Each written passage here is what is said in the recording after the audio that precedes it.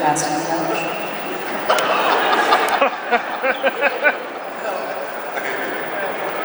Well, we bribery. No, I mean, we auditioned.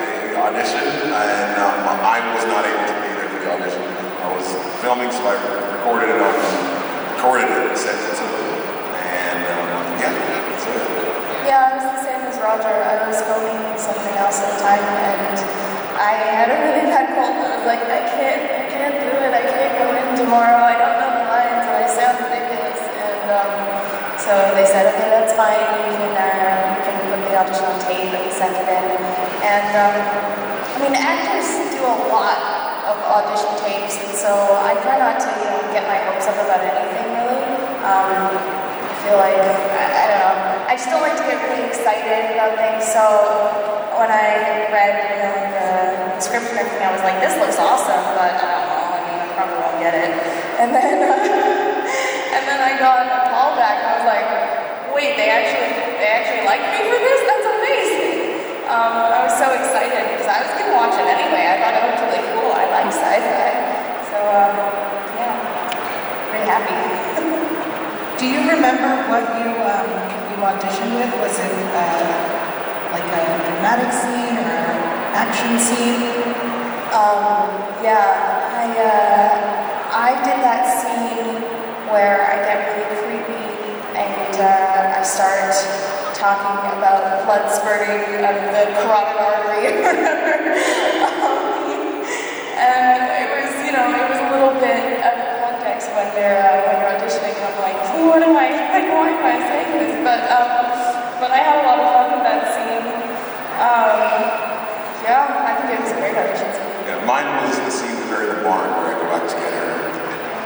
And then the second scene was, I think the one I was talking about the fence.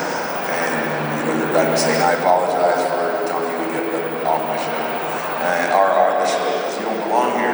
Blah, blah, blah. So, so it's more dramatic. For most auditions, I mean, they're not going to give you an action scene to do because you can either do action or not. And they have doubles for that. So, they don't really worry about that. They want to see if you can get into the heart of the character, deliver the dramatic performance that they need. I have no idea what I did because it was all Android speak, so I have literally no memory. I managed to say it for the day, and then I think I forgot all about it. Yeah. The scene that I did for my audition was from the pilot, and it's where I'm facing off with one for the first time, saying that nobody stepped up, and that's why I did. I did it on tape. I actually one of my first self-tapes, I also auditioned for 4 as well, that was when they were still figuring out which way to cast the show. It was cool like that Dark Matter because a lot of the characters were open to either gender and they were an ethnicity, and they were really just looking for the person who seemed best for the part. So they kind of were really wide open.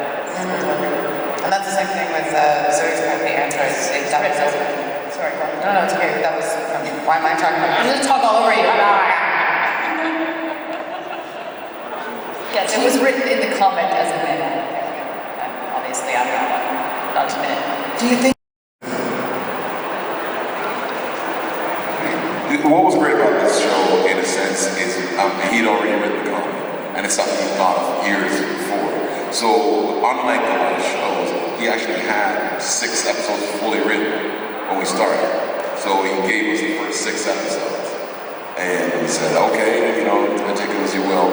And they're pretty good about being ahead of the curve and giving us our scripts. The big surprise was the finale, where he didn't tell us who was going to be the mole, and until just before we shot it.